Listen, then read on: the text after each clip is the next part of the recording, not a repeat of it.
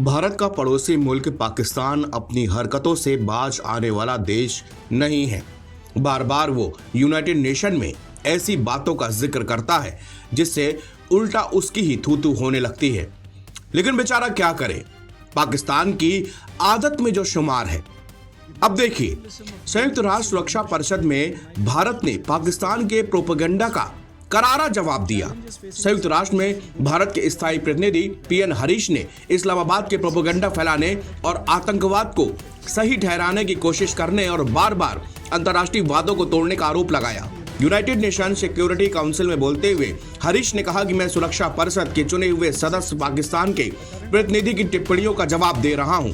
इनका एकमात्र एजेंडा मेरे देश और मेरे देश के लोगों को नुकसान पहुंचाना है।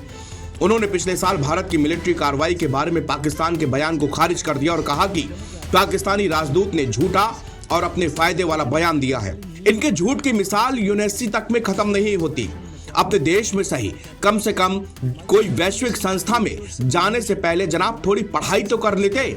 भारतीय राजदूत ने सुरक्षा परिषद के सामने अप्रैल 2025 में पहलगाम में आतंकी हमले का जिक्र किया और कहा कि पाकिस्तान के समर्थित आतंकवादियों ने क्रूर हमले में 26 बेगुनाह नागरिकों को मार डाला। उन्होंने कहा कि सम्मानित संस्था ने खुद इस निंदनीय आतंकवादी कृत्यों को और अपराधियों को स्पॉन्सर, फाइनेंसर और प्रायोजकों को जवाब ठहराने और न्याय के कटघरे में लाने की बात कही थी। हमने भी ठीक वैसा ही किया। भारतीय दूत ने कहा, मैं फिर से दोहराता हूं, आतंकवाद को कभी सामान्य नहीं बनाया जा सकता जैसा कि पाकिस्तान करना चाहता है। पाकिस्तान द्वारा देश के नीति एक साधन के रूप में आतंकवाद के लगातार इस्तेमाल को बर्दाश्त करना सामान्य नहीं है। पी हरीश ने कहा, United nation security council Pakistan के लिए आतंकवाद को वैध बनाने के मंच नहीं बन सकती और भारत अपने नागरिकों की सुरक्षा सुनिश्चित करने के लिए जो भी जरूरी होगा वो करेगा। भारतीय प्रतिनिधि ने जोर देकर कहा कि ऑपरेशन सिंदूर में भारत की कार्रवाई सोच समझकर तनाव न बढ़ाने वाले और जिम्मेदार थी। इसका मकसद आतंकवादी ढांचे को खत्म करना और आतंकवादियों को निष्क्रिय करना था।